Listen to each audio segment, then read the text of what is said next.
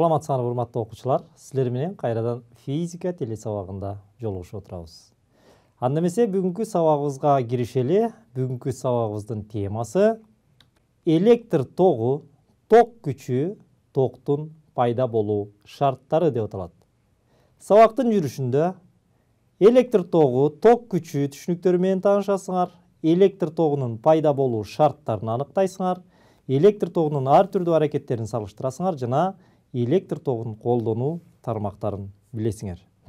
Сабакта кездешүүчү негизги түшүнүктөр: электр тогу, ток күчү, эркин электрондор, электр тогунун аракеттери, электр талаасы жана ампер. Эсиңерде болсо балдар, биз мурунку сабактарда силер менен ушул заттын түзүлүштөрү жөнүндө айтканда эмне деп айтты элек? Демек, биз билген материянын түрү, башкача айтканда, ар бир зат эң майда бөлүкчөлөр атом жана молекулалардан турат дедик элек. Мына ушул эң майда бөлүкчөлөр атомдордун түзүлүшүн карап көрө турган болсок, атом бөлүнбөйт деген атомубуз дагы өз ара дагы бир нече бөлүкчөлөргө бөлүнөт экен. Демек, атомдун түзүлүшүнө көңүл бурө турган болсок, демек атомубуз оң зарядталган ядродон, ал эми ядро өз кезегинде оң зарядталган протон деген бөлүкчөлөрдөн жана зарядка ээ эмес нейтрон бөлүкчөлөрүнөн турат. Жана ошол ядронун тегерегинде кандайдыр бир орбиталарда айланып жүргөн электрондордун булутчасынан турат дегенбиз. Бүгүнкү сабактагы тема менен байланыштыра турган болсок, демек электр тогу деген эмне? Башкача айтканда, электр тогунун ушул биз айтып аткан заттын түзүлүшү менен кандай байланышы бар? Электр өткөргүчтөрү көбүнчө биз металл өткөргүчтөрүн билебиз, электр өткөргүчтөрү катары. Мына ушул металл өткөргүчтөрүнүн молекулалык түзүлүшүнө карай турган болсок, мына силер көрүп тургандай, кристалдык торчо деп аталгандай торчо формасында атомдордун жайгашышын көрүп турасыңар. Мына ушул атомдордун жайгашышында металлдарда атом менен начар байланышкан, башкача айтканда, атомдун ядросу менен начар байланышкан алыскы орбиталардагы электрондор өз ара атом ядросунун байланышуу күчүн жеңип чыгып, эркин электрондорго айланат. Мына ушул эркин электрондор биз айтып аткан электр тогун, же болбосо электр энергиясын алып жүрүүчүлөр болуп калат экен балдар. Демек, электр тогу деген эмне экен? Электр тогу бул электр талаасынын таасири астындагы зарядталган бөлүкчөлөрдүн ирэттүү жана багыттуу кыймылы экен балдар. Жогоруда айтып кеткендей, ушул эркин электрондордун көбүнчө өткөргүчтөрдө электр энергиясын же электр тогун алып жүрүүчүлөр катары ушул эркин электрондор эсептелет балдар. Демек, ушул эркин электрондордун электр талаасынын таасири астында багыттуу жана ирэттүү кыймылы электр тогу деп аталат. Эми электр тогунун багыты жөнүндө айта турган болсок, электр тогунун багыты катары шарттуу түрдө оң уюлдан терс уюлду көздөй багыт алынган. Бирок кийин электрон ачылгандан кийин жана көптөгөн өткөргүчтөрдө негизги электр зарядын, же болбосо электр энергиясын алып жүрүүчү бөлүкчөлөр бул электрондор болгондон кийин, демек, электр тогунун багытын дагы терс уюлдан оң уюлга деп кабыл алышкан. Бирок азыр эки шарттуу белгили тең илимде пайдаланып келинет. Мисалга, электроникада оң уюлдан терс уюлду көздөй багыт кабыл алынса, мисалы молекулалык физикада терс уюлдан оң уюлду көздөй багыт кабыл алынган экен балдар. Азыр болсо балдар, ушул электр тогу деген эмне деген суроого дагы да жакшыраак түшүнүш үчүн төмөндөгү анимациялык видео тасманы көрөлү дагы, андан кийин сабагыбызды уланталы. Каалагандай зат эң майда бөлүкчөлөр атомдордон турары белгилүү. Атом өз кезегинде оң зарядталган ядродон жана анын тегерегинде айланган электрондордун булутчаларынан турат. Кээ бир атомдордун сырткы орбиталарында электрондор атом ядросуна начар байланышып, анын таасиринен кутулуп, эркин абалга келиши мүмкүн. Ал эми кээ бир атомдор болсо тескерисинче башка электрондорду тартып, өзүнүн орбитасында кармап калышы мүмкүн. Электрондор энергияны берүүгө жөндөмдүү жана эгер ал энергия жетиштүү болсо, алар атомду таштап, эркин электрондорго айланышат. Башкача айтканда, эч бир атомго тиешелүү эмес электрондор. Эгерде атомдо протондор менен электрондордун саны барабар болсо, анда алар электр нейтралдуу деп аташат. Эгерде протондордун саны электрондордун санынан көп болсо, анда зат оң зарядталды деп, ал эми атом оң ион деп аталат. Тескерисинче, терс зарядталган электрондордун саны оң зарядталган протондордун санынан көп болсо, анда зат терс зарядталды деп, атом терс ион деп аталат. Сырткы электр талаасынан аракет эткен күчүнүн натыйжасында электрондор терс заряддагы атомдордон оң зарядталган атомдорду карай кыймылга келишет. Бул болсо, ошол электрондордун акыркы катмарынын ядро менен начар байланышынан келип чыгат. Электрондордун атомдон атомго болгон багытуу кыймылы электр тогу деп аталат. Эгер заттын атомдору электрондорунан оңой ажырай алса, алар өткөргүчтөр деп аталат. Атомдору электрондорунан таптакыр ажырабаган заттар изоляторлор деп аталат. Ал эми кээ бир заттар электрондорунан кыйынчылык менен ажырайт. Башкача айтканда, бул заттарда электр энергияны берүү кошумча энергияны талап кылат. Зат энергияны берүүгө каршылык көрсөткөндөй болот. Ошондуктан кошумча түшүнүк, каршылык киргизилет. Токтун багыты жөнүндө айтсак, шарттуу түрдө токтун багыты катары оң зарядтан терс зарядты көздөй багыт алынган. Бирок чындыгында электр энергиясын алып жүрүүчүлөр электрондор. Демек, электрондордун кыймыл багыты башкача айтканда терс зарядтан оң зарядты көздөй алынган багыт туурадай. Бирок азыркы учурда шарттуу түрдө оң уюлдан терс уюлду көздөй кеткен багыт кабыл алынган.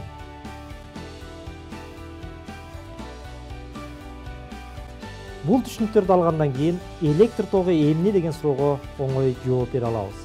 Демек, электр тогу бул электр талаасынын таасири астында заттардын зарядталган бөлүкчөлөрүнүн хаотикалык багыттуу кыймылы болуп саналат. Силер көргөндөй, демек нормалдуу шарттарда өткөргүчтөрдө эркин электрондор жана атомдор жылуулук кыймылынын негизинде башаламан кыймылда болушат. Ал эми качан электр талаасын түзгөндө, башкача айтканда, ошол өткөргүчтүн эки учунда потенциалдардын айырмасын пайда кылганда, ошол электр талаасын аракет эткен күчүнүн натыйжасында эркин электрондор ошол эле хаотикалык кыймылы менен бирге бир багытты көздөй. Биздин учурда терс уюлдан оң уюлду көздөй, демек кыймылга келе башташат экен. Мына ошол өткөргүчтөгү электрондордун же болбосо электр зарядталган бөлүкчөлөрдүн кыймылга келиши албетте электр тогун берет экен балдар. Электр тогунун физикалык маңызын түшүндүк деп ойлойм, А бирок ошол электр тогу кандайдыр бир берилген өткөргүчтө бар экендигин кантип билебиз? Ал бизге көрүнбөйт да. Мисалы, биз дем алып аткан аба дагы бизге көрүнбөйт, Бирок абанын бар экендигин биз кантип билебиз? Мисалы, шамал болгондо бак дарактардын кыймылдашы менен, демек аба бар экен. Ошо абанын негизинде бак дарактар кыймылдап атат деп, башкача айтканда, ошол абанын аракетинин натыйжасында биз абанын бар экендигин билебиз. Демек, ошол сыяктуу эле балдар. Электр тогунун берилген өткөргүчтө бар экендигин дагы анын аракети менен билсек болот экен. Демек, ошого окшогон электр тогунун аракети бир нече экен, гана ошолорду карап көрөлү. Демек, электр тогунун кандай аракеттери бар? Же болбосо кандай аракеттерин биз күндөлүк шартта көрө алабыз? Биринчиден, токтун жылуулук аракети. Өткөргүч аркылуу электр тогу өткөндө, ал өткөргүч ысыйт, же болбосо өзүнөн жылуулук бөлүп чыгара баштайт. Ошону менен биз электр тогу бар экендигин билсек болот ошол берилген өткөргүчтө. Экинчиси, токтун химиялык аракети. Ар кандай химиялык эритмелер аркылуу электр тогун өткөрө турган болсок, ал жерде химиялык реакциянын жүрүшүн байкайбыз. Болбосо, электр тогунун химиялык аракетинин бирден бир мисалы боло алат. Үчүнчүдөн, электр тогунун магниттик аракети. Электр тогу өтүп жаткан өткөргүчтүн айланасында электр талаасы менен бирге магнит талаасы дагы пайда болот. Ал магнит талаасынын пайда болгондугун биз силер көрүп тургандай электромагниттин жардамы менен билсек болот. Башкача айтканда, ошол заттын же болбосо өткөргүчтүн өзүнө башка заттарды тартып алуу, магниттик күчтүн натыйжасында тартып алуу жөндөмдүүлүгү менен аныктасак болот. Андан кийин токтун механикалык аракети. Ал эми электр тогунун механикалык аракети азыркы кезде электр машиналарында кеңири колдонулат. Башкача айтканда, электр магниттик кубулушту колдонуп, электромагниттик генераторлор, электр машиналары ошол принципте иштейт. Ушунун негизинде биз демек электр энергиясын механикалык энергияга айландырган болобуз балдар. Андан кийинки аракети токтун жарык аракети. Башкача айтканда, баарыбыздын үйүбүздү жарык кылып турган лампаларды билебиз, Мына ошонун баарысы электр тогу менен иштейт. Демек, электр тогунун жарык аракетин дагы биз билсек болот экен. Жарык аракетинен дагы электр тогунун бар экендигин билсек болот балдар. Жана акыркысы электр тогунун биологиялык аракети. Тилекке каршы кээ бирибиз өткөргүчтө электр тогунун бар же жок экендигин аны кармап көрүп билебиз балдар. Мына ошол электр өткөргүчүн металлды кармай турган болсок, албетте электр тогу биздин денебиз аркылуу өтүп, биологиялык аракетин көрсөтөт экен. Мына балдар, демек биз билгендей электр тогунун ушуга окшогон көптөгөн аракеттердин жардамы менен өткөргүчтө электр тогу бар же жок экендигин так аныктай алсак болот экен. Мына ушул электр тогунун дагы бир нече аракетин азыр төмөнкү видео тасмадан да көрөлү. Мындан силер электр тогунун аракетинин реалдуу шартта кандай көрүнөрүн дагы көрөсүңөр. Анда эмесе видео тасмага көңүлүңөр бурам. Электр тогунун химиялык аракетин ток булагынын бир учуна көмүр электроду бириккен түзүлүш аркылуу байкоого болот. Экинчи электрод лампага, андан соң ачкычка бириккен. Экспериментке чейин электроддордун экөө тең күңүрт боз түстө экендиги көрүнүп турат. Электроддорду жез купоросунун эритмесине салып, ток булагын ачкыч аркылуу кошобуз. Чынжырда ток пайда болгонун лампочканын күйгөнүнөн билебиз. Биз байкагандай, бир электроддун жанында газдын көбүкчөлөрү пайда боло баштады.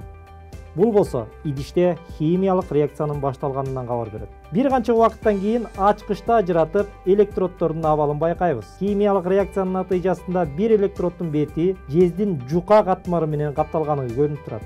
Электр тогунун магниттик аракетин тогу бар өткөргүчтүн жанында жайгашкан магнит жебесинин кыймылынан билсек болот. Өткөргүчтө ток жок кезде магниттик жебе жердин магнит талаасын бойлото өткөргүчкө жарыш жайгашкан болот. Ток булагын кошобуз. Магнит жебеси кыймылга келип өткөргүчтүн багытына карата перпендикуляр жайгашып калат. Ошондой эле биз байкагандай, азыркы учурда магнит жебесинин кызыл учу өткөргүчтү карап турат. Эми ток булагынын уюлдарын өзгөртөбүз. Азырынча ток жок учурда магнит жебеси баштапкы абалды алды. Ток булагын кошобуз. Эми ток каршы багытта агып жатат. Аны биз магнит жебесинин көк түстөгү учу өткөргүчтү көздөй багытталгандыгынан билебиз. Электр тогунун жылуулук аракетин көрүш үчүн амперметрде кагаз тилкелери илинген өткөргүчтү жана ток булагын колдонобуз. Эгерде ток булагын кошуп, аз-аздан ток күчүн көбөйтө баштасак, өткөргүч салаңдап түшө баштаганын байкайбыз. Бул болсо өткөргүчтүн ысыгандыгынан кабар берет.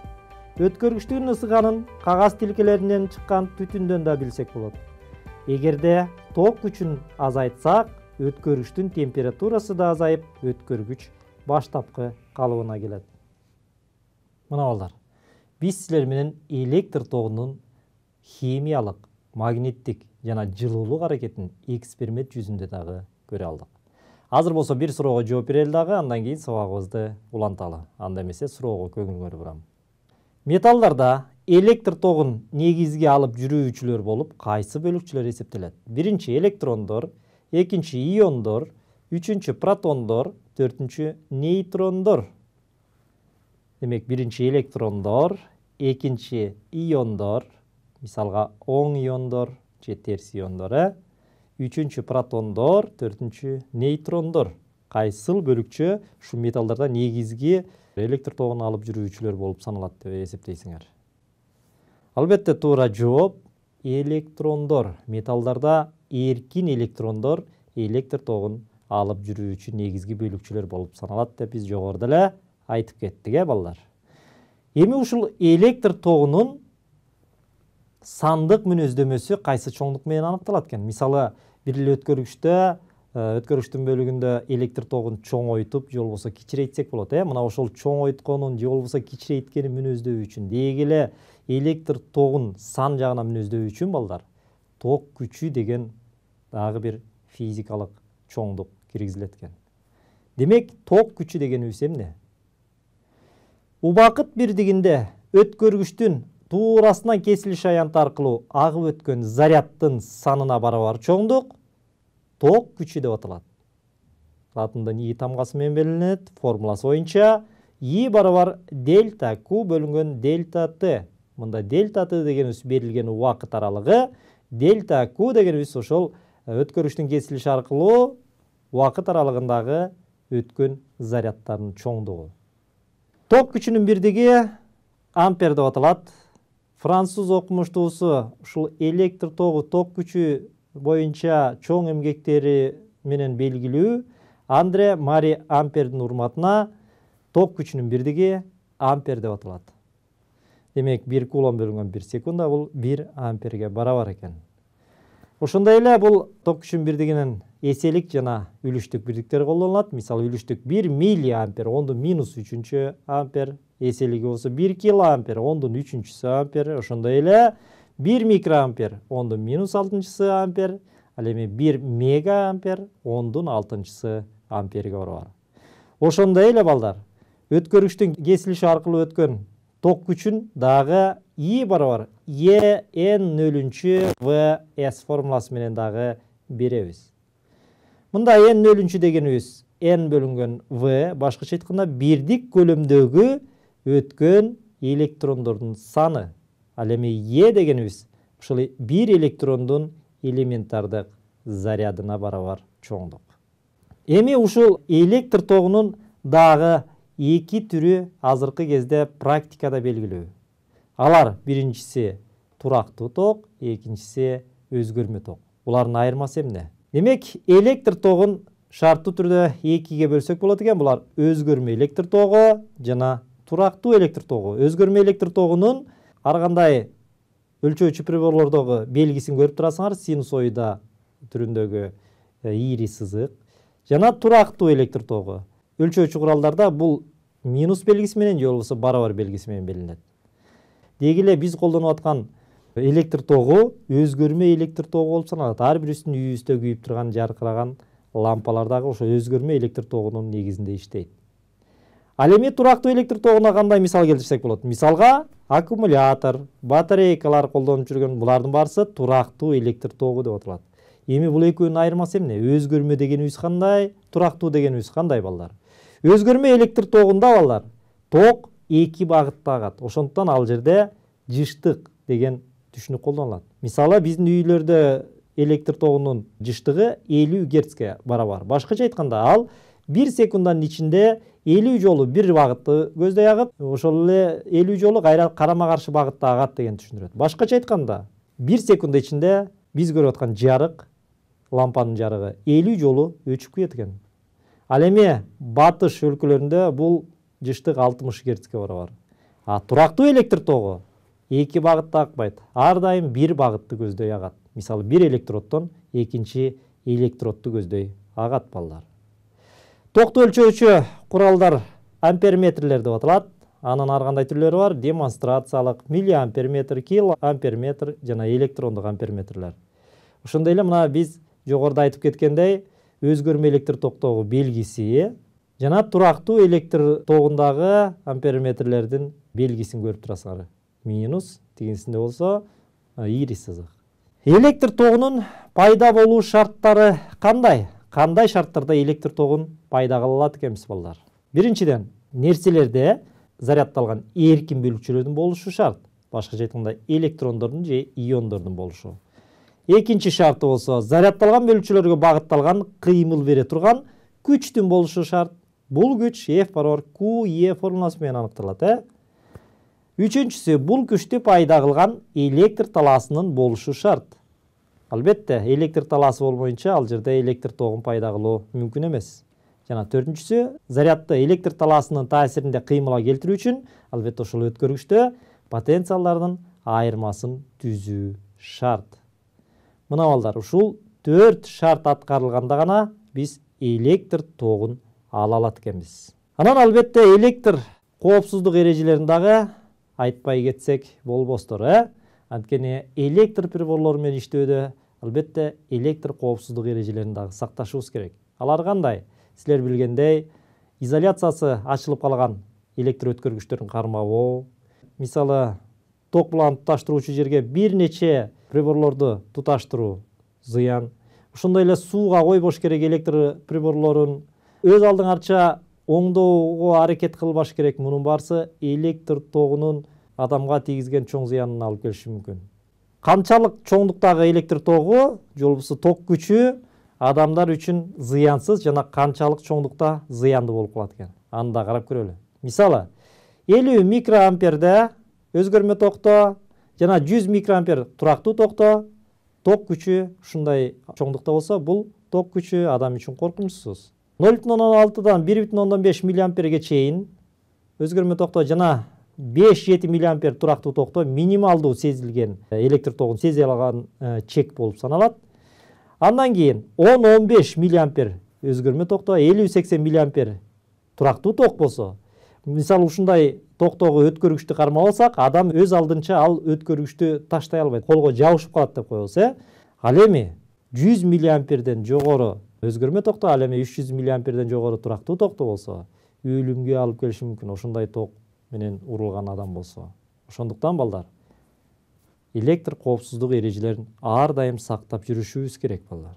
Бүгүнкү сабакта балдар, биз силер менен электр тогу, анын пайда болуу шарттары жөнүндө айттык, электр тогунун аракеттерин көрдүк жана ток күчүн өлчөөчү куралдар менен дагы тааныштык. Анда эмесе балдар, ушуну менен биздин бүгүнкү сабагыбыз аягына келип жетти. Кийинки сабактан жолугушканча сак саламатта туруңар.